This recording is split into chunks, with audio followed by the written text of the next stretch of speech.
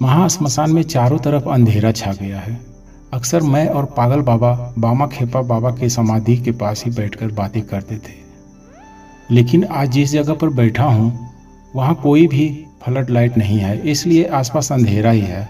आज शाम को जब महाश्मशान में आया तो देखा पागल बाबा कोने में लगे एक सेमल पेड़ के नीचे आंख बंद करके बैठे हुए थे। अब शाम का अंधेरा रात में परिवर्तन हो गया है। मैं सोच ही रहा था कि आज पागल बाबा से क्या पूछूं। हालांकि इससे पहले उन्होंने जो सब साधना के बारे में बताया था वह भयानक था। एक बार तो मुझे विश्वास भी नहीं हुआ था कि ऐसा भी होता है। मैं थोड़ा सोचकर बोला, बाबा जी डाकनी व हाकनी के बारे में कुछ बताइए। आपने ऐसा कुछ अपनी आंखों से देखा है? पागल बाबा बोले, हाँ क्यों नहीं देखूंगा, जरूर देखा हूँ। मैंने अपने जीवन में सब साधना करने के बाद ऐसा ही कुछ देखा था। डाकनी भयानक होने के साथ साथ बहुत ही अलौकिक माया जाल वाली होती है। अगर सही रास्ता न पता हो तो उनके हाथों से बचना नामुमकिन है। डाकनी के बारे में बात करूं तो मुझे सबसे पहले याद आता है ब्रज डाकनी के बारे में। तिब्बती तंत्र मंत्र में ब्रज डाकनी या ब्रज योगिनी की साधना एक प्रमुख साधना है। मेरे जीवन में कुछ भयानक घटनाओं में से एक है ब्रज डाकनी को देखना। मैं बोला, ब्रज डाकनी, इसके बारे में तो कभी नहीं सुना, बताइए जरा उस घटना के बारे में। पागल बाबा कुछ देर शांत रहे, फिर उन्होंने बताना शुरू किया। सब साधना पूरा करने के कुछ महीनों बाद मैं निकल पड़ा और दूसरे जगहों में घूमने के लिए। ऐसे ही टहलता रहता, कभी किसी श्मशान में तो कभी किसी जंगल व गांव में। एक दिन टहलते टहलते तारापीठ से कई किलोमीटर दूर ब्राह्मणी नदी के किनारे बने एक श्मशान के पास पहुंचा। शाम हो चुकी थी, इसलिए सोचा आज इसी श्मशान में रात बिताकर कल फिर अपने रास्ते निकल जाऊंगा। और श्मशान को देखकर ही समझ गया यहाँ कभी कभार ही सप्ताह के लिए लोग आते हैं। श्मशान के एक तरफ कुटी जैसा बना हुआ था, शायद लोगों के वहाँ पर रुकने के लिए उसी जगह पर मैं रुक गया। रास्ते से आते वक्त चावल दाल व कुछ सब्जियां लोगों ने दिया था। आग जलाकर सब कुछ मिलाकर खिचड़ी जैसा पकाया और फिर खाकर अपने ईश्वर ध्यान में बैठ गया। लगभग आधी रात हुए होंगे। मुझे ऐसा प्रतीत हुआ कि इस श्मशान में कहीं कुछ ऐसा हो रहा है जो बहुत ही अलौकिक, दिव्य व भयानक है। मैंने पहले ही तुम्हें बताया है कि साधनाओं के द्वारा कुछ दिव्य दृष्टियां साधक को प्राप्त होती है, जिससे वह किसी के भूत भविष्य व आसपास की सभी बातों का ज्ञात उसके मस्तिष्क में अपने आप प्राप्त हो जाती है। ध्यान शक्ति से देखा तो कोई दिव्य पुरुष इस श्मशान में मेरे अलावा भी उपस्थित थे और वह किसी साधना क्रिया को कर रहे थे। मैं उठकर श्मशान के चारों तरफ इधर उधर देखने लगा। कुछ ही देर बाद श्मशान के पीछे से कुछ मंत्रों के ध्वनि की आवाज सुनाई दिया।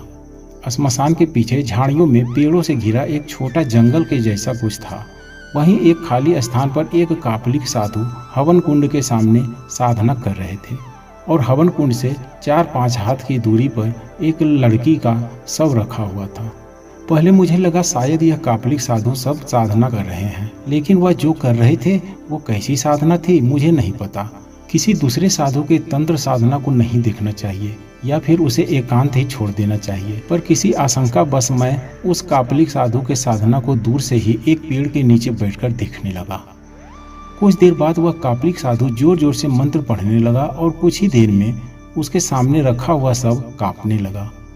धीरे धीरे सब बहुत जोरों से हिलने लगा और उसके मुंह से आवाजें भी आने लगी। कापलिक साधु जोर से चिल्लाकर बोले, जागो जागो हे महामाया, जागो जागो हे माया छलनी ब्रज डाकनी, जागो, तुम्हारे धूर्तता के लिए उत्सर्ग किया है। सियार का रक्त तुम्हारे यौवन के लिए उत्सर्ग किया है। रजस्वला नारी के पसलियों की हड्डी और भी शक्तिशाली होने के लिए यह लो साधक के सीने का रक्त। इतना बोलकर उस कापलिक साधु ने एक चाकू उठाया और अपने सीने के बीचों बीच काट लिया। फिर वहां से निकलने वाले रक्त को हवन कुंड में डाला। अब जाग जाओ। इसके तुरंत बाद ही आकाश से एक बिजली का तरंग नीचे की ओर आया और एक जोरदार व भयानक वज्रपात का आवाज सुनाई दिया। वह वज्रपात इतना जोरदार था कि मैं भी कांप गया। कापलिक साधु के सामने रखा शव जलने लगा। तुम्हें विश्वास नहीं होगा, कुछ ही देर बाद वह ज्वलंत नारी का शव उठकर खड़ी हुई और जोर जोर से हंसने लगी। उसके हंसी के साथ साथ आसमान में बिजली चमक रही थी।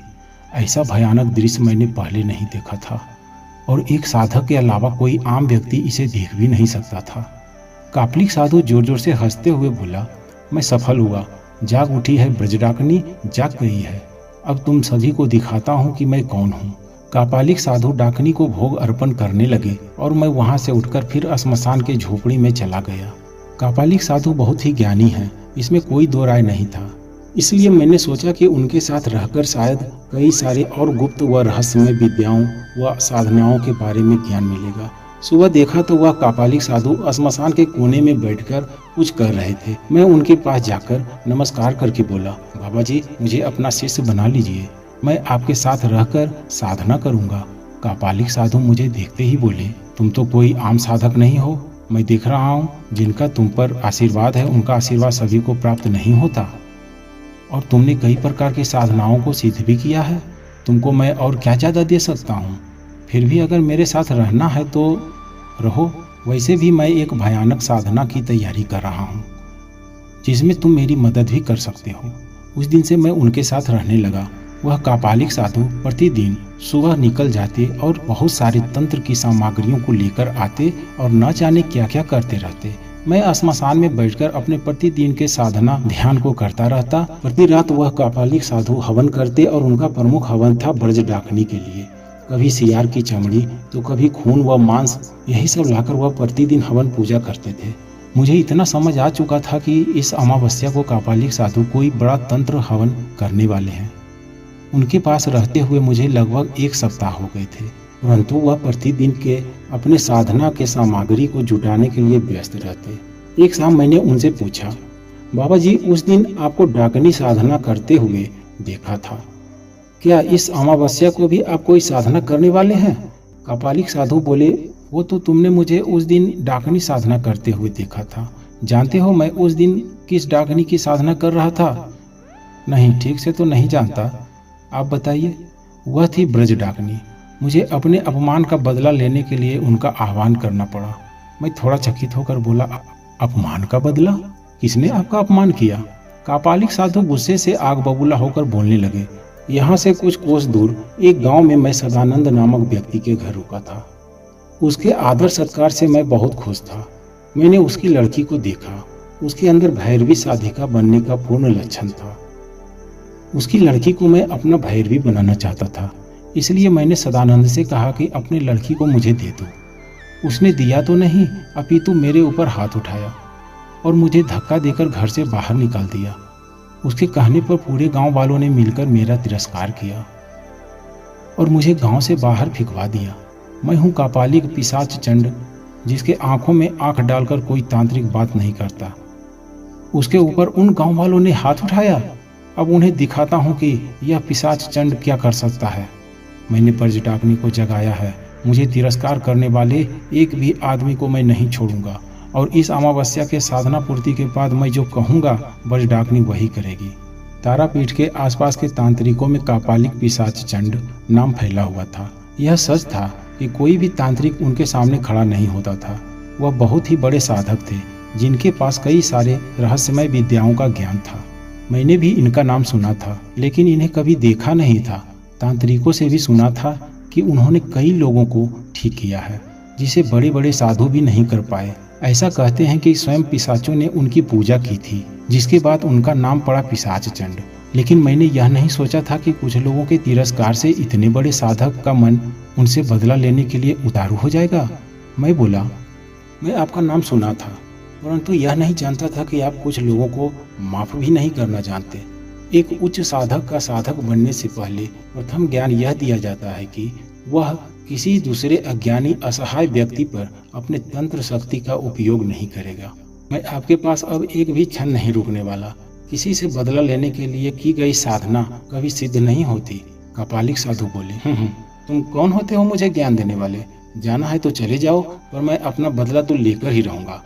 मैंने तुरंत अपना पोटली उठाया और वहां से जाने लगा।